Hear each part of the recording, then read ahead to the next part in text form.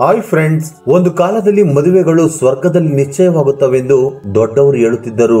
ಆದರೆ ಈಗಿನ ಕಾಲದಲ್ಲಿ ಆ ಮದುವೆಗಳು ದುಡ್ಡಿಗೋಸ್ಕರ ನಡೆಯುತ್ತಿದ್ದಾವೆ ಎಂದು ಹೇಳಬಹುದು. ಅದಕ್ಕೆ ಪೂರಕವಾಗಿ ನಮ್ಮ ಇಂಡಿಯಾದಲ್ಲಿ 300 ಮಂದಿ ಗಂಡು ಮಕ್ಕಳಿಗೆ 100 ಮಂದಿ ಹೆಣ್ಣು ಮಕ್ಕಳಿರುವುದರಿಂದ ಕಾಂಪಿಟೇಷನ್ ಕೂಡ ತುಂಬಾ ಹೆಚ್ಚಾಗಿದೆ. ಇದರಿಂದ ಹುಡುಗರು ಹುಡುಗಿಯನ್ನ ಮದುವೆ ಮಾಡಿಕೊಳ್ಳುವುದಕ್ಕೆ ತುದಿಗಾಲಲ್ಲಿ ನಿಂತುಕೊಂಡಿದ್ದಾರೆ. ಆದ್ದರಿಂದ ಇದರಲ್ಲಿ ಕೆಲವು ಮಂದಿ ಹೆಣ್ಣು ಮಕ್ಕಳು ಇದನ್ನೇ ವ್ಯಾಪಾರವಾಗಿ ಮಾಡಿಕೊಂಡು ಅದಕ್ಕೋಸ್ಕರ ಮಾಡಬಾರದ ಕೆಲಸಗಳನ್ನ ಮಾಡುತ್ತಾ ನಂಬಿದವರನ್ನ ಮೋಸ ಮಾಡುತ್ತಿದ್ದಾರೆ. ಈಗ ನಾನು ಹೇಳುತ್ತಿರುವ ಈ ಕಥೆಯನ್ನ ಕೇಳಿದ್ರೆ ಒಂದು ಹುಡುಗಿ ಈ ರೀತಿನೂ ಕೂಡ ಇರ್ತಾಳ ಅಂತೇಳಿ ಆಶ್ಚರ್ಯರಾಗುತ್ತೀರಾ. ಇನ್ನು ಸ್ಟೋರಿ ಏನು ಅಂತ ನೋಡೋದಾದ್ರೆ, ಮುನ್ನಾಲಾಲ್ ಜ್ಯೋತಿ ದಂಪತಿಗಳು ಕೂಲಿ ಕೆಲಸವನ್ನ ಮಾಡುತ್ತಾ ತನ್ನ ಇಬ್ಬರು ಹೆಣ್ಣು ಮಕ್ಕಳೊಂದಿಗೆ ಸೇರಿಕೊಂಡು ಒಂದು ಗುಡಿಸಲಿನಲ್ಲಿ ವಾಸ ಮಾಡುತ್ತಿದ್ದರು. ಇನ್ನು ಅದರಲ್ಲಿ ಮೊದಲನೆಯ ಮಗಳ ಹೆಸರು ಪೂನಂ. ಇನ್ನು ತಂದೆ ತಾಯಿಗಳು ನಾವಂತೂ ಓದಕ್ಕಾಗಿಲ್ಲ, ಅಟ್ಲೀಸ್ಟ್ ನಮ್ಮ ಮಕ್ಕಳನ್ನಾದ್ರೂ ಚೆನ್ನಾಗಿ ಓದಿಸ್ಬೇಕು ಅಂದ್ಕೊಂಡಿರ್ತಾರೆ. ಇನ್ನು ಪೂನಂ ಗೌರ್ಮೆಂಟ್ ಸ್ಕೂಲ್ಗೆ ಹೋಗುತ್ತಾ ಚೆನ್ನಾಗಿ ಓದುತ್ತಿದ್ದಳು. ಇದೇ ಸಮಯದಲ್ಲಿ ಮುನ್ನಾಲಾಲ್ ತನ್ನ ಹೆಂಡತಿ ಮತ್ತು ಚಿಕ್ಕ ಮಗಳೊಂದಿಗೆ ಸೇರಿಕೊಂಡು ಸಿಟಿಗೆ ಹೋಗಿ ಬರುತ್ತಿರುವಾಗ ಲಾರಿ ಬಂದು ಗುದ್ದಿ ಆ ಮೂವರು ಕೂಡ ಸ್ಪಾಟ್ ಅಲ್ಲೇ ಸತ್ತು ಹೋಗುತ್ತಾರೆ. ಆ ನಂತರ ಅನಾಥಳಾದ ಪೂನಂ ತಿನ್ನುವುದಕ್ಕೆ ಊಟ ಕೂಡ ಇಲ್ಲದೆ ಊರಲ್ಲಿ ಸುತ್ತಾಡುತ್ತಾ ಭಿಕ್ಷೆ ಬೇಡಿ ತಿನ್ನುತ್ತಿದ್ದಳು. ಕೊನೆಗೆ ಒಂದು ಸ್ಟೇಜ್ ನ ನಂತರ ಊರಿನವರು ಕೂಡ ಆಕೆಗೆ ಊಟ ಹಾಕುವುದಕ್ಕೆ ಹಿಂದೇಟು ಹಾಕಿದಾಗ ಪೂನಂನ ಪರಿಸ್ಥಿತಿ ಮತ್ತಷ್ಟು ದಾರುಣವಾಗುತ್ತದೆ. ಇದು ಹೀಗಿರುವಾಗ ಬಲಿಲಾ ಎಂಬ ಊರಿನಲ್ಲಿ ಸಂಜನಾ ಎಂಬ ಮಹಿಳೆ ವ್ಯಭಿಚಾರವನ್ನ ಮಾಡುತ್ತಾ ಊರಿನ ಹೊರಗಡೆ ವಾಸ ಮಾಡುತ್ತಿದ್ದಳು. ಈಕೆಗೆ ಹಾಗೂ ಈಗೂ ಪೂನಂನ ಬಗ್ಗೆ ಗೊತ್ತಾಗಿ ಆಕೆಗೆ ಸಂಬಂಧಿಕರು ಯಾರು ಇಲ್ಲ ಅಂತೇಳಿ ಆಕೆಯನ್ನ ಕರೆದುಕೊಂಡು ಬಂದು ಸಾಕಿಕೊಳ್ಳುತ್ತಾಳೆ. ಇನ್ನು ಅದಕ್ಕೆ ಊರಿನವರು ಕೂಡ ಒಪ್ಪಿಕೊಂಡಾಗ ಆಕೆಯೇ ತನ್ನ ಬಳಿ ಇಟ್ಟುಕೊಂಡು ಬೆಳೆಸುತ್ತಾಳೆ. ಹೀಗೆ ಓದಿನಲ್ಲಿ ತುಂಬಾ ಚುರುಕಾಗಿದ್ದ ಪೂನಂನನ್ನ ವ್ಯಭಿಚಾರದಿಂದ ದೂರ ಇಟ್ಟು ತಾನು ಕಷ್ಟಪಡುತ್ತಾ ಆಕೆಯನ್ನ ಸ್ವಂತ ಮಗಳ ಹಾಗೆ ನೋಡಿಕೊಳ್ಳುತ್ತಿದ್ದಳು. ಹೀಗೆ ಪೂನಂ 10ನೇ ತರಗತಿ ಓದುತ್ತಿರುವಾಗ ಆ ಊರಿನ ಗೌಡನ ಮಗನಾಗಿರುವ ವಿರಾಟ್ ಜೊತೆ ಪ್ರೀತಿಯಲ್ಲಿ ಬೀಳುತ್ತಾಳೆ. ಆಕೆ ವೇಶ್ಯ ಮನೆಯಲ್ಲಿ ವಾಸ ಮಾಡುತ್ತಿದ್ದಾಳೆ ಎಂದು ಗೊತ್ತಿದ್ದರೂ ಕೂಡ ಆಕೆಯ ಅಂದಕ್ಕೆ ಮತ್ತು ತಿಳುವಳಿಕೆಗೆ ಫಿದಾ ಆಗಿ ಹೇಗಾದ್ರೂ ಮಾಡಿ ಪೂನಂನನ್ನ ಮದುವೆ ಮಾಡ್ಕೋಬೇಕು ಅನ್ಕೋತಾನೆ. ಇನ್ನು ವಿರಾಟ್ಗೆ ಇಬ್ಬರು ಅಣ್ಣಂದಿರು ಇರುತ್ತಾರೆ. ಈಗಾಗಲೇ ಅವರಿಗೆ ಮದುವೆ ಕೂಡ ಆಗಿರುತ್ತೆ. ಹೀಗೆ ಒಂದು ಸಾರಿ ವಿರಾಟ್ ಧೈರ್ಯ ಮಾಡಿಕೊಂಡು ತನ್ನ ಮನಸ್ಸಿನಲ್ಲಿರೋ ಮಾತನ್ನ ಪೂನಂಗೆ ಹೇಳಿದಾಗ ವಿರಾಟ್ ಆರ್ಥಿಕವಾಗಿ ಸ್ಥಿರವಾಗಿದ್ದು ಊರಲ್ಲಿ ಅವರ ಕುಟುಂಬಕ್ಕೆ ಒಳ್ಳೆ ಹೆಸರಿರುವುದರಿಂದ ಈ ಅವಕಾಶವನ್ನ ಕಳೆದುಕೊಳ್ಳಬಾರದು ಅಂತೇಳಿ ಪೂನಂ ಇಮಿಡಿಯೇಟ್ ಆಗಿ ಒಪ್ಪಿಕೊಳ್ಳುತ್ತಾಳೆ. ಅಂದಿನಿಂದ ಇವರಿಬ್ಬರು ಸ್ಕೂಲ್ಗೆ ಹೋಗುವ ನೆಪದಲ್ಲಿ ಹೊಲ ಗದ್ದೆ ತೋಪುಗಳಲ್ಲಿ ಎಂಜಾಯ್ ಮಾಡುತ್ತಿದ್ದರು. ಇದಾದ ಕೆಲವು ದಿನಗಳಲ್ಲಿ ಈ ವಿಷಯ ಸಂಜನೆಗೆ ಗೊತ್ತಾಗಿ ಮದುವೆಗಿಂತ ಮುಂಚೆ ಇದೆಲ್ಲ ತಪ್ಪು, ಮದುವೆಯಾದ ನಂತರ ನಿಮ್ಗೆ ಇಷ್ಟ ಬಂದ ಹಾಗೆ ಇರಿ ಅಂತ ಹೇಳಿದ್ದರಿಂದ ಇದೇ ವಿಷಯವನ್ನ ಪೂನಂ ವಿರಾಟ್ ಹೇಳಿದಾಗ ಅದಕ್ಕೆ ವಿರಾಟ್ ಮದುವೆ ಬಗ್ಗೆ ಆಮೇಲೆ ಯೋಚನೆ ಮಾಡೋಣ, ಸದ್ಯಕ್ಕೆ ಎಂಜಾಯ್ ಮಾಡೋಣ ಅಂತೇಳಿ ಪೂನಂ ಜೊತೆ ಎಂಜಾಯ್ ಮಾಡೋದಕ್ಕೆ ಶುರು ಮಾಡುತ್ತಾನೆ. ಹೀಗೆ ಒಂದು ಸಾರಿ ಪೂನಂ ಮದುವೆಯಾದ ನಂತರ ಇದೆಲ್ಲ ಅಂತೇಳಿ ಜೋರಾಗಿ ಹೇಳಿದ್ದರಿಂದ ಅಷ್ಟೊತ್ತಿಗಾಗಲೇ ಪೂನಂ ಜೊತೆ ಸುಖದಲ್ಲಿ ಮುಳುಗಿ ಹೋಗಿದ್ದ ವಿರಾಟ್ ಅವಳನ್ನು ಬಿಟ್ಟಿರಲಾಗದೆ ತಮ್ಮ ಪ್ರೀತಿಯ ಬಗ್ಗೆ ತನ್ನ ತಂದೆಯ ಬಳಿ ಹೇಳುತ್ತಾನೆ. ಆದರೆ ವಿರಾಟ್ ನ ತಂದೆ ವೇಶ್ಯ ಮನೆಯಲ್ಲಿ ಬೆಳೆದಿರೋ ಹುಡುಗಿಯನ್ನ ತನ್ನ ಮನೆಗೆ ಸೊಸೆಯಾಗಿ ತರುವುದಕ್ಕೆ ಇಷ್ಟವಿರದೆ ಅದಕ್ಕೆ ಒಪ್ಪಿಕೊಳ್ಳುವುದಿಲ್ಲ. ಇದರಿಂದ ಮಾನಸಿಕವಾಗಿ ಕುಗ್ಗಿ ಹೋದ ವಿರಾಟ್ ಆತ್ಮಹತ್ಯೆ ಮಾಡಿಕೊಳ್ಳುವುದಕ್ಕೆ ಪ್ರಯತ್ನ ಮಾಡುತ್ತಾನೆ. ಆದ್ರೆ ಸರಿಯಾದ ಸಮಯಕ್ಕೆ ಅವರ ಕುಟುಂಬದವರು ಅವನನ್ನ ಕಾಪಾಡುತ್ತಾರೆ. ಆ ನಂತರ ಅವರಿಗೆ ಬೇರೆ ದಾರಿ ಇಲ್ಲದೆ ವಿರಾಟ್ಗೆ ಪೂನಂ ಜೊತೆ ಸಿಂಪಲ್ ಆಗಿ ಒಂದು ದೇವಸ್ಥಾನದಲ್ಲಿ ಮದುವೆ ಮಾಡುತ್ತಾರೆ. ಅಂದಿನಿಂದ ಅತ್ತೆ ಮನೆಯಲ್ಲೇ ಇರುತ್ತಿದ್ದ ಪೂನಂ ಮನೆ ಕೆಲಸ ಅಡುಗೆ ಕೆಲಸಗಳನ್ನ ಮಾಡಿಕೊಂಡು ಇರುತ್ತಿದ್ದಳು. ಹೀಗೆ ಕೆಲವು ತಿಂಗಳು ಕಳೆದ ನಂತರ ವಿರಾಟ್ ನ ಅಣ್ಣಂದಿರಿಗೆ ಪೂನಂ ಮೇಲೆ ಕಣ್ಣು ಬೀಳುತ್ತದೆ. ಪೂನಂ ಹೇಗೋ ಒಬ್ಬ ವೇಶ್ಯ ಮನೆಯಲ್ಲಿ ಬೆಳೆದಿದ್ದಾಳೆ, ಅವಳಿಗೂ ಸಹ ವೇಶ್ಯ ಬುದ್ಧಿ ಬಂದಿರುತ್ತೆ ಅಂತೇಳಿ ನಮ್ಮ ಕೋರಿಕೆಯನ್ನ ತೀರಿಸು ಅಂತೇಳಿ ಡೈರೆಕ್ಟ್ ಆಗಿ ಕೇಳುತ್ತಾರೆ. ಆಗ ಕೋಪದಿಂದ ಪೂನಂ ತನ್ನ ಗಂಡನಿಗೆ ಹೇಳಿದಾಗ ಆದ್ರೆ ಅವನು ಮಾತ್ರ ಈ ವಿಷಯದ ಬಗ್ಗೆ ಅಷ್ಟಾಗಿ ತಲೆ ಕೆಡಿಸಿಕೊಳ್ಳುವುದಿಲ್ಲ. ಹೀಗೆ ಒಂದು ಸಾರಿ ವಿರಾಟ್ ಕೆಲಸದ ಮೇಲೆ ಹೊರಗಡೆ ಹೋದಾಗ ವಿರಾಟ್ ನ ಅಣ್ಣ ಅವಳನ್ನು ಬಲವಂತವಾಗಿ ರೇಪ್ ಮಾಡಿ ತನ್ನ ಕೋರಿಕೆಯನ್ನ ತೀರಿಸಿಕೊಳ್ಳುತ್ತಾನೆ. ಇನ್ನು ಮಾರನೇ ದಿನ ಅವನ ಎರಡನೇ ಅಣ್ಣನು ಕೂಡ ಬಲವಂತವಾಗಿ ಅವಳ ಮೇಲೆ ಅತ್ಯಾಚಾರ ಮಾಡುತ್ತಾ ಅವನು ಕೂಡ ತನ್ನ ಕೋರಿಕೆಯನ್ನು ತೀರಿಸಿಕೊಳ್ಳುತ್ತಾನೆ. ಹೀಗೆ ಪ್ರತಿದಿನವೂ ಕೂಡ ಅವಳನ್ನ ಬಲವಂತವಾಗಿ ಲೈಂಗಿಕವಾಗಿ ಬಳಸಿಕೊಳ್ಳುವುದಕ್ಕೆ ಶುರು ಮಾಡುತ್ತಾರೆ. ಒಂದು ವೇಳೆ ಪೂನಂ ಅದನ್ನು ವಿರೋಧಿಸಿದರೆ ಅವಳನ್ನ ಒಡೆದು ಬೈದು ಹಿಂಸೆ ನೀಡುತ್ತಿದ್ದರು. ಒಂದೇ ಮಾತಿನಲ್ಲಿ ಹೇಳ್ಬೇಕು ಅಂದ್ರೆ ಅವರ ಮನೆಯಲ್ಲಿದ್ದ ಪುರುಷರೆಲ್ಲರೂ ಕೂಡ ಪೂನಂನನ್ನ ಒಂದು ರೀತಿ ವೇಶ್ಯಾಗಿ ನೋಡುತ್ತಿದ್ದರು. ಅವರ ಮನೆಯಲ್ಲಿದ್ದ ಹೆಣ್ಣು ಮಕ್ಕಳು ಕೂಡ ಪೂನಂಗೆ ಸಪೋರ್ಟ್ ಮಾಡುತ್ತಿರಲಿಲ್ಲ. ಇನ್ನು ಆ ಹಿಂಸೆಯನ್ನ ತಡೆದುಕೊಳ್ಳಲಾಗದೆ ಏನಾದ್ರೂ ಮಾಡ್ಕೊಳ್ಳೋಣ ಅಂದ್ರೆ ಅವಳಿಗೆ ಧೈರ್ಯ ಸಾಲ್ತಾ ಇರಲಿಲ್ಲ. ಅಷ್ಟೇ ಅಲ್ಲದೆ ವಿರಾಟ್ ನ ತಂದೆ ಕೂಡ ನಿನ್ನನ್ನು ಆಚೆ ಕಳಿಸಬೇಕು ಅಂದ್ರೆ ನನ್ನ ಕೋರಿಕೆಯನ್ನು ಕೂಡ ತೀರಿಸು ಅಂತೇಳಿ ಬಲವಂತ ಪಡಿಸುತ್ತಿದ್ದ. ಅಷ್ಟೊತ್ತಿಗಾಗಲೇ ವಿರಾಟ್ಗೆ ಪೂನಂ ಮೇಲೆ ಇಂಟ್ರೆಸ್ಟ್ ಹೋಗಿದ್ದರಿಂದ ಅವಳು ಏನೇ ಹೇಳಿದ್ರು ಕೂಡ ತಲೆ ಕೆಡಿಸಿಕೊಳ್ತಾ ಇರಲಿಲ್ಲ. ಇನ್ನು ಈ ಸಮಯದಲ್ಲಿಯೇ ಪೂನಂ ಪ್ರೆಗ್ನೆಂಟ್ ಆಗಿದ್ದರಿಂದ ಅದನ್ನು ತಿಳಿದುಕೊಂಡ ವಿರಾಟ್ ಇದು ನನ್ನ ಮಗುವಲ್ಲ, ತಕ್ಷಣ ಅದನ್ನ ಕರಗಿಸು ಅಂತೇಳಿ ಪೂನಂನ ಒಡೆಯುವುದಕ್ಕೆ ಶುರು ಮಾಡುತ್ತಾನೆ. ಇನ್ನು ಆ ಹೊಡೆತದಿಂದಲೇ ಪೂನಂಗೆ ಗರ್ಭಪಾತವಾಗಿ ಅವಳ ಆರೋಗ್ಯ ಕೂಡ ಕ್ಷೀಣಿಸುತ್ತದೆ. ಆ ನಂತರ ಈ ವಿಷಯವನ್ನು ತಿಳಿದುಕೊಂಡ ಸಂಜನಾ ಪೂನಂ ಮನೆಗೆ ಹೋಗಿ ನೋಡಿದಾಗ ಅವಳ ಪರಿಸ್ಥಿತಿಯನ್ನು ನೋಡಿ ತುಂಬಾ ದುಃಖ ಪಡುತ್ತಾಳೆ. ಆಗ ಸಂಜನಾ, ಇವರು ನಿನ್ನನ್ನ ಬಳಸಿಕೊಳ್ಳುವುದಕ್ಕೆ ಟ್ರೈ ಮಾಡ್ತಾ ಇದ್ದಾರೆ, ನಾನು ಹೇಗಾದ್ರೂ ಮಾಡಿ ನಿನ್ನನ್ನ ಮನೆಯಿಂದ ಹೊರಗಡೆ ಕರ್ಕೊಂಡು ಬರ್ತೀನಿ, ಅದಕ್ಕೋಸ್ಕರ ನಾವಿಬ್ರು ಈ ಊರನ್ನ ಬಿಡ್ಬೇಕು ಅಂತ ಹೇಳ್ತಾಳೆ. ಆಗ ಪೂನಂ ಒಂದು ಪ್ಲಾನ್ ಅನ್ನ ಮಾಡುತ್ತಾಳೆ.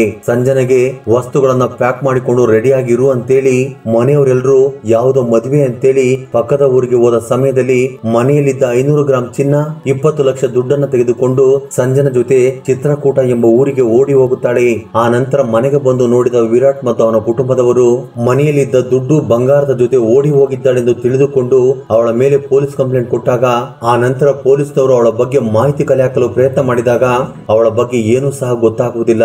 ಈ ರೀತಿಯಾಗಿ ಚಿತ್ರಕೂಟಕ್ಕೆ ಬಂದ ಸಂಜನಾ ಮತ್ತು ಪೂನಂ ಒಂದು ಮನೆಯನ್ನ ಬಾಡಿಗೆಗೆ ತೆಗೆದುಕೊಂಡು ಸ್ವಲ್ಪ ದಿನಗಳ ಕಾಲ ಎಲ್ಲಿಗೂ ಸಹ ಹೋಗದೆ ತಮ್ಮ ಲೈಫ್ ಅನ್ನ ಲೀಡ್ ಮಾಡೋದಕ್ಕೆ ಶುರು ಮಾಡುತ್ತಾರೆ. ಇನ್ನು ಈ ಸಮಯದಲ್ಲಿಯೇ ಆ ಊರಿನಲ್ಲಿದ್ದ ಒಬ್ಬ ಬ್ರೋಕರ್ ನೋಡುವುದಕ್ಕೆ ಅಂದವಾಗಿದ್ದ ಪೂನಂನನ್ನ ನೋಡಿ, ಸಂಜನಾ ಆಕೆಯ ತಾಯಿ ಎಂದು ತಿಳಿದುಕೊಂಡು, ನಿಮ್ಮ ಮಗಳಿಗೆ ಮದುವೆ ಮಾಡಬೇಕು ಅನ್ನೋ ಉದ್ದೇಶ ಇದ್ರೆ ನನ್ನ ಬಳಿ ತುಂಬಾ ದುಡ್ಡಿರುವ ಹುಡುಗರ ಸಂಬಂಧಗಳು ಇದ್ದಾವೆ, ವರದಕ್ಷಿಣೆಯನ್ನು ಕೂಡ ಕೊಡುವ ಅಗತ್ಯವಿಲ್ಲವೆಂದು ಹೇಳಿದಾಗ ಆಗ ಪೂನಂ ಮತ್ತು ಸಂಜನಾ ಒಂದು ಪ್ಲಾನ್ ಅನ್ನು ಮಾಡುತ್ತಾರೆ.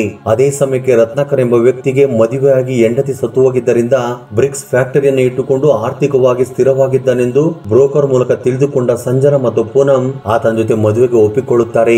ಹೀಗೆ ಒಂದು ದೇವಸ್ಥಾನದಲ್ಲಿ ಸಿಂಪಲ್ ಆಗಿ ಮದುವೆ ಮಾಡಿಕೊಂಡ ಪೂನಂ ಮತ್ತು ರತ್ನಾಕರ್ ಹ್ಯಾಪಿಯಾಗಿ ಲೈಫ್ ಅನ್ನ ಲೀಡ್ ಮಾಡೋದಕ್ಕೆ ಶುರು ಮಾಡುತ್ತಾರೆ.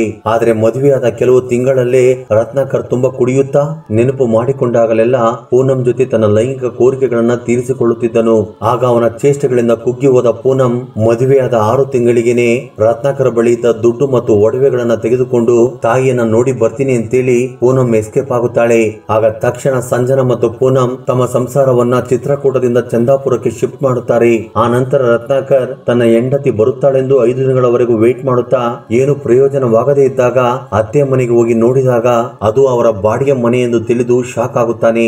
ಆಗ ತಕ್ಷಣ ಮನೆಗೆ ಬಂದು ನೋಡಿದಾಗ 10 ಲಕ್ಷದ ಬಂಗಾರ ಮತ್ತು 2 ಲಕ್ಷ ಕ್ಯಾಶ್ ಕಾಣಿಸದೇ ಇದ್ದಿದ್ದರಿಂದ ರತ್ನಾಕರ್ಗೆ ತಾನು ಮೋಸ ಹೋಗಿದ್ದೇನೆಂದು ಅರ್ಥವಾಗಿ ಪೊಲೀಸ್ ಕಂಪ್ಲೇಂಟ್ ಕೊಟ್ಟರು ಕೂಡ ಅವನ ಬಳಿ ಯಾವುದೇ ರೀತಿಯ ಐಡೆಂಟಿಫಿಕೇಶನ್ ಇಲ್ಲದಿರುವುದರಿಂದ ಪೊಲೀಸ್ನವರು ಕೂಡ ಏನು ಮಾಡಲಾಗದ ಪರಿಸ್ಥಿತಿಗೆ ಬೀಳುತ್ತಾರೆ. ಇನ್ನು ಈ ಸಮಯದಲ್ಲಿಯೇ ಸಂಜನಾ ಮತ್ತು ಪೂನಂ ಈ ಮದುವೆ ಬಿಸಿನೆಸ್ ತುಂಬಾ ಚೆನ್ನಾಗಿದೆ ಅಂದುಕೊಂಡು ಇದರಲ್ಲಿ ತುಂಬಾ ದುಡ್ಡನ್ನ ಸಂಪಾದನೆ ಮಾಡಬಹುದು ಅಂತೇಳಿ ಡಿಸೈಡ್ ಆಗಿ ಗೊತ್ತಿರುವ ವಿಮಲೇಶ್, ಧರ್ಮೇಂದ್ರ, ಪ್ರಜಾಪತಿ ಎಂಬ ವ್ಯಕ್ತಿಗಳನ್ನ ಭೇಟಿ ಮಾಡಿ ಮದುವೆಗೆ ಹುಡುಗರನ್ನು ಹುಡುಕುವ ಕೆಲಸವನ್ನು ನೀಡುತ್ತಾರೆ.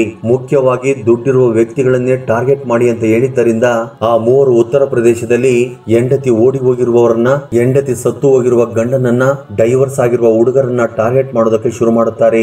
ಇನ್ನು ಇದೇ ಸಮಯದಲ್ಲಿ ಆಗ್ರಾಕ್ಕೆ ಸೇರಿದ ಕರಣ್ ಸಿಂಗ್ ಎಂಬ ವ್ಯಕ್ತಿ ಟೈಲ್ಸ್ ಬಿಸಿನೆಸ್ ಅನ್ನ ಮಾಡುತ್ತಾ ಆರ್ಥಿಕವಾಗಿ ಸ್ಥಿರವಾಗಿದ್ದಾನೆಂದು ತಿಳಿದುಕೊಂಡು ಆತನ ಹೆಂಡತಿ ಆರೋಗ್ಯ ಸಮಸ್ಯೆಯಿಂದ 1 ವರ್ಷದ ಕೆಳಗಡೆ ಸತ್ತು ಹೋಗಿದ್ದರಿಂದ ತನ್ನ ಮಕ್ಕಳನ್ನು ನೋಡಿಕೊಳ್ಳುವುದಕ್ಕೆ 2ನೇ ಮದುವೆ ಮಾಡಿಕೊಳ್ಳುತ್ತಿದ್ದಾನೆಂದು ಪ್ರಜಾಪತಿಗೆ ಗೊತ್ತಾದಾಗ ತಕ್ಷಣ ಆತನು ಕರಣ್ ಸಿಂಗ್ ಬಳಿಗೆ ಹೋಗಿ, ನಾನು ನಿಮಗೆ ಒಂದು ಒಳ್ಳೆ ಹುಡುಗಿಯನ್ನ ಹುಡುಕುತ್ತೇನೆ, ಅದಕ್ಕೆ ನನಗೆ 2 ಲಕ್ಷ ಕಮಿಷನ್ ಅನ್ನ ಕೊಡಬೇಕು ಅಂತ ಹೇಳಿದಾಗ ಅದಕ್ಕೆ ಕರಣ್ ಸಿಂಗ್ ಒಪ್ಪಿಕೊಳ್ಳುತ್ತಾನೆ. ಅದಾದ 2 ದಿನಗಳ ನಂತರ ಪೂನಂನ ಫೋಟೋವನ್ನ ತೋರಿಸಿದಾಗ ಪೂನಂ ನೋಡುವುದಕ್ಕೆ ಅಂದವಾಗಿರುವುದರಿಂದ ಆಕೆಯನ್ನ ಮದುವೆ ಮಾಡಿಕೊಳ್ಳುವುದಕ್ಕೆ ಸಿದ್ಧವಾಗುತ್ತಾನೆ. ಇನ್ನು ಮದುವೆಗಿಂತ ಮುಂಚೆ ಕಮಿಷನ್ ಅಂತೇಳಿ 2 ಲಕ್ಷ ದುಡ್ಡನ್ನು ತೆಗೆದುಕೊಂಡ ಪ್ರಜಾಪತಿ ಪೂನಂ ಮತ್ತು ಕರಣ್ ಸಿಂಗ್ಗೆ ರಿಜಿಸ್ಟರ್ ಮ್ಯಾರೇಜ್ ಮಾಡುತ್ತಾನೆ. ಸ್ವಲ್ಪ ದಿನಗಳ ಕಾಲ ಅವನ ಜೊತೆ ಸಂಸಾರ ಮಾಡಿದ ಪೂನಂ ಕೊನೆಗೆ ಕರಣ್ ಸಿಂಗ್ ನ ಟಾರ್ಚರ್ ಅನ್ನು ತಡೆದುಕೊಳ್ಳಲಾಗದೆ 20 ಲಕ್ಷದ ಬಂಗಾರ ಮತ್ತು 30 ಲಕ್ಷ ಕ್ಯಾಶ್ ಅನ್ನು ತೆಗೆದುಕೊಂಡು ತನ್ನ ತಾಯಿಯನ್ನ ಕರೆದುಕೊಂಡು ಎಸ್ಕೇಪ್ ಆಗುತ್ತಾಳೆ. ಆ ನಂತರ ಸಾಯಂಕಾಲ ಮನೆಗೆ ಬಂದ ಕರಣ್ ಸಿಂಗ್ ಮನೆಯಲ್ಲಿರುವ ದುಡ್ಡು ಮತ್ತು ಬಂಗಾರವನ್ನು ಎತ್ತಿಕೊಂಡು ನನಗೆ ಮೋಸ ಮಾಡಿ ಹೋಗಿದ್ದಾಳೆಂದು ಅರ್ಥವಾಗಿ ಪೊಲೀಸ್ ಕಂಪ್ಲೇಂಟ್ ಅನ್ನು ಕೊಡುತ್ತಾನೆ. ಹೀಗೆ ಸಂಜನಾ ವೇಷವನ್ನ ಬದಲಾಯಿಸಿಕೊಂಡು ಪೂನಂಗೆ ತಾಯಿಯಂತೆ ಆಕ್ಟ್ ಮಾಡಿದ್ರೆ ಬ್ರೋಕರ್ ಒಂದೊಂದು ಸಾರಿ ತಂದೆಯಾಗಿ ಒಂದೊಂದು ಸಾರಿ ಸೋದರ ಮಾವನಾಗಿ ಆಕ್ಟ್ ಮಾಡುತ್ತಿದ್ದನು. ಇನ್ನು ಈ ಸಮಯದಲ್ಲಿಯೇ ರವೀಂದ್ರ ಎಂಬ ವ್ಯಕ್ತಿ ವ್ಯವಸಾಯ ಮಾಡುತ್ತಾ ಇರುತ್ತಾನೆ. ಆದ್ರೆ ಆತನಿಗೆ ಯಾರು ಕೂಡ ಹುಡುಗಿಯನ್ನ ಕೊಟ್ಟಿರುವುದಿಲ್ಲ. ಆಗ ಈ ವಿಷಯವನ್ನು ತಿಳಿದುಕೊಂಡ ಧರ್ಮೇಂದ್ರ ಆತನ ಬಳಿಗೆ ಹೋಗಿ, ನಮ್ಮ ಊರಿನಲ್ಲಿ ಒಬ್ಬ ಹುಡುಗಿ ಇದ್ದಾಳೆ, ನನಗೆ 2 ಲಕ್ಷ ಕಮಿಷನ್ ಅನ್ನ ಕೊಟ್ರೆ ಆ ಹುಡುಗಿ ಜೊತೆ ನಿನಗೆ ಮದುವೆ ಮಾಡ್ತೀನಿ ಅಂತ ಹೇಳಿದ್ದರಿಂದ ರವೀಂದ್ರ ಅದಕ್ಕೆ ಒಪ್ಪಿಕೊಳ್ಳುತ್ತಾನೆ. ಆ ನಂತರ ಇವರಿಬ್ಬರಿಗೂ ರಿಜಿಸ್ಟರ್ ಮ್ಯಾರೇಜ್ ಮಾಡಿದಾಗ ಮದುವೆಯಾದ 2 ತಿಂಗಳಿಗೆ ಆ ಮನೆಯಲ್ಲಿರೋ ದುಡ್ಡು ಮತ್ತು ಬಂಗಾರವನ್ನ ದೋಚಿಕೊಂಡು ಪೂನಂ ಎಸ್ಕೇಪ್ ಆಗುತ್ತಾಳೆ. ಹೀಗೆ ಡ್ರಾಮಾ ಮಾಡುತ್ತಾ 6 ಜನರನ್ನ ಮದುವೆ ಮಾಡಿಕೊಂಡ ಪೂನಂ ತನ್ನ ಕುಟುಂಬವನ್ನ ಬಾಂಡಕ್ಕೆ ಶಿಫ್ಟ್ ಮಾಡುತ್ತಾಳೆ. ನಂತರ ಅದೇ ಊರಿನಲ್ಲಿ ಶಂಕರ್ ಉಪಾಧ್ಯಾಯ ಎಂಬ ವ್ಯಕ್ತಿಗೆ ಗೌರ್ಮೆಂಟ್ ಜಾಬ್ ಇಲ್ಲದೇ ಇದ್ದಿದ್ದರಿಂದ ಅವನಿಗೆ ಹೆಣ್ಣನ್ನ ಕೊಡುವುದಕ್ಕೆ ಯಾರು ಸಹ ಮುಂದೆ ಬಂದಿರುವುದಿಲ್ಲ. ಆಗ ಅವನಿಗೆ 39 ವರ್ಷ ಆಗಿದ್ದರಿಂದ ನನಗೆ ಮದುವೆ ಆಗಲ್ಲ ಏನೋ ಅಂತೇಳಿ ಮಾನಸಿಕವಾಗಿ ಕುಗ್ಗಿ ಹೋಗಿರುವ ಸಮಯದಲ್ಲಿ ವಿಷಯವನ್ನು ತಿಳಿದುಕೊಂಡ ಬ್ರೋಕರ್ ವಿಮಲೇಶ್ ಅವನನ್ನ ಭೇಟಿಯಾಗಿ, ನನಗೆ ಗೊತ್ತಿರುವ ಒಬ್ಬ ಹುಡುಗಿ ಇದ್ದಾಳೆ, ನನಗೆ 3 ಲಕ್ಷ ಕಮಿಷನ್ ಅನ್ನ ಕೊಟ್ರೆ ಆ ಹುಡುಗಿ ಜೊತೆ ನಿನಗೆ ಮದುವೆ ಫಿಕ್ಸ್ ಮಾಡ್ತೀನಿ ಅಂತ ಹೇಳಿದ್ದರಿಂದ ಆಗ ಶಂಕರ್ ನನ್ನ ಬಳಿ ಅಷ್ಟೊಂದು ದುಡ್ಡಿಲ್ಲ, 1.5 ಲಕ್ಷ ಆದ್ರೆ ಕೊಡ್ತೀನಿ ಅಂತ ಹೇಳಿದ್ದರಿಂದ ಅದಕ್ಕೆ ಬ್ರೋಕರ್ ಒಪ್ಪಿಕೊಂಡು ಮಾರನೇ ದಿನ ಪೂನಂ ಮನೆಗೆ ಹೋಗಿ ನಿಶ್ಚಿತಾರ್ಥವನ್ನು ಕೂಡ ಮಾಡುತ್ತಾನೆ. ಹೀಗೆ ಶಂಕರ್ಗೆ ಪೂನಂ ಇಷ್ಟವಾಗಿದ್ದರಿಂದ ಅವಳನ್ನ ಮದುವೆ ಮಾಡಿಕೊಂಡು ಲೈಫ್ ಅನ್ನ ಹ್ಯಾಪಿಯಾಗಿ ಲೀಡ್ ಮಾಡ್ಬೇಕು ಅಂದ್ಕೋತಾನೆ. ಇನ್ನು ಬ್ರೋಕರ್ ನಾನು ಹೇಳಿದ ದುಡ್ಡನ್ನ ಮದುವೆಗಿಂತ ಮುಂಚೆನೆ ಕೊಡಬೇಕು ಅಂತ ಹಠ ಹಿಡಿದಿದ್ದರಿಂದ ಅದಕ್ಕೆ ಶಂಕರ್ ಒಪ್ಪಿಕೊಂಡು 3 ದಿನಗಳ ನಂತರ ತನ್ನ ತಾಯಿ ಜೊತೆ ಸೇರಿಕೊಂಡು ರಿಜಿಸ್ಟರ್ ಆಫೀಸ್ಗೆ ಹೋಗುತ್ತಾನೆ. ಆದ್ರೆ ಶಂಕರ್ಗೆ ಆ ಸಮಯದಲ್ಲಿ ದುಡ್ಡು ಅರೇಂಜ್ ಆಗದೇ ಇದ್ದಿದ್ದರಿಂದ ಆಗ ಬ್ರೋಕರ್ ದುಡ್ಡು ಕೊಟ್ರೆ ಮಾತ್ರ ಮದುವೆ, ಇಲ್ಲ ಅಂದ್ರೆ ಆಗಲ್ಲ ಅಂತೇಳಿ ಡಿಮ್ಯಾಂಡ್ ಮಾಡುತ್ತಾನೆ. ಆ ನಂತರ ಶಂಕರ್ 2 ದಿನಗಳಾದ್ಮೇಲೆ ದುಡ್ಡನ್ನ ಸೆಟ್ಲ್ ಮಾಡ್ತೀನಿ ಅಂತ ಹೇಳಿದ್ರು ಕೂಡ ಸಂಜನಾ ಮತ್ತು ಬ್ರೋಕರ್ ಅದಕ್ಕೆ ಒಪ್ಪಿಕೊಳ್ಳುವುದಿಲ್ಲ. ಆಗ ಶಂಕರ್ ನನಗೆ ಮದುವೆ ಬೇಡ ಅಂತ ಹೋಗ್ತಾ ಇದ್ರೆ ಸಂಜನಾ ಮತ್ತು 3 ಮಂದಿ ಬ್ರೋಕರ್ಗಳು ಸೇರಿಕೊಂಡು ಶಂಕರ್ ನನ್ನ ಚೆನ್ನಾಗಿ ಹೊಡೆದು ಬೈದು ದುಡ್ಡು ಕೊಡೋವರೆಗೂ ಇಲ್ಲಿಂದ ಹೋಗಂಗಿಲ್ಲ, ಇಲ್ಲ ಅಂದ್ರೆ ಸಾಯಿಸ್ತೀವಿ ಅಂತೇಳಿ ಭಯ ಬೀಳಿಸಿದ್ದರಿಂದ ತೀವ್ರವಾಗಿ ಗಾಯಗೊಂಡಿದ್ದ ಶಂಕರ್ ಬ್ಯಾಂಕ್ ಹೋಗಿ ದುಡ್ಡನ್ನ ಡ್ರಾ ಮಾಡ್ಕೊಂಡು ಬರ್ತೀನಿ ಅಂತೇಳಿ ಅಲ್ಲಿವರೆಗೂ ತನ್ನ ತಾಯಿಯನ್ನ ಇಲ್ಲೇ ಇರು ಅಂತೇಳಿ ನೇರವಾಗಿ ಪೊಲೀಸ್ ಸ್ಟೇಷನ್ ಹೋಗಿ ಕಂಪ್ಲೇಂಟ್ ಅನ್ನ ಕೊಡುತ್ತಾನೆ. ಆಗ ಪೊಲೀಸ್ನವರು ಅವರನ್ನ ಅರೆಸ್ಟ್ ಮಾಡಿ ನೇರವಾಗಿ ಸ್ಟೇಷನ್ ಗೆ ಕರೆದುಕೊಂಡು ಬಂದು ಎನ್ಕ್ವೈರಿ ಮಾಡಿದಾಗ ಪೂನಂ ಮತ್ತು ಸಂಜನಾ ಬಳಿ ಫೇಕ್ ಆಧಾರ್ ಕಾರ್ಡ್ ಗಳನ್ನ ಗುರುತಿಸಿ ಅವರ ಒರಿಜಿನಲ್ ಡೀಟೇಲ್ಸ್ ಅನ್ನ ಕಲೆಕ್ಟ್ ಮಾಡಿದಾಗ 25 ವರ್ಷದ ಪೂನಂ 6 ಮಂದಿ ಹುಡುಗರನ್ನ ಮದುವೆ ಮಾಡಿಕೊಂಡು ಮೋಸ ಮಾಡಿದ್ದಾಳೆ, ಇವರ ಬಿಸ್ನೆಸ್ ಇದೆ ಎಂದು ತಿಳಿದು ಶಾಕ್ ಆಗುತ್ತಾರೆ. ಆ ನಂತರ ಪೊಲೀಸ್ನವರು ಸಂಜನಾ ಮತ್ತು ಪೂನಂನ ಜೊತೆ ಆ 3 ಮಂದಿ ಬ್ರೋಕರ್ಸ್ ಗಳ ಮೇಲೆ ಕೇಸ್ ಅನ್ನ ಫೈಲ್ ಮಾಡಿ ಕೋರ್ಟ್ ಗೆ ಪ್ರೊಡ್ಯೂಸ್ ಮಾಡಿದಾಗ ಈಗಲೂ ಕೂಡ ಈ 5 ಮಂದಿ ರಿಮೈಂಡ್ ರೂಮ್ ಅಲ್ಲಿ ಇದ್ದಾರೆಂದು ಮಾಹಿತಿ ಇದೆ. ಸ್ನೇಹಿತರೆ, ಈ ಇನ್ಸಿಡೆಂಟ್ ನಲ್ಲಿ ತಪ್ಪು ಯಾರದು ಎಂದು ನೀವು ಅಂದುಕೊಳ್ಳುತ್ತಿದ್ದೀರೋ ನಿಮ್ಮ ಅಭಿಪ್ರಾಯ ಅನಿಸಿಕೆಗಳನ್ನ ಕಮೆಂಟ್ ಬಾಕ್ಸ್ ಅಲ್ಲಿ ಕಮೆಂಟ್ ಮಾಡಿ. ಹಾಗೆ ವಿಡಿಯೋ ನಿಮ್ಗೆ ಇಷ್ಟವಾಗಿದ್ದರೆ ದಯವಿಟ್ಟು ಲೈಕ್ ಮಾಡೋದನ್ನ ಮರೆಯಬೇಡಿ.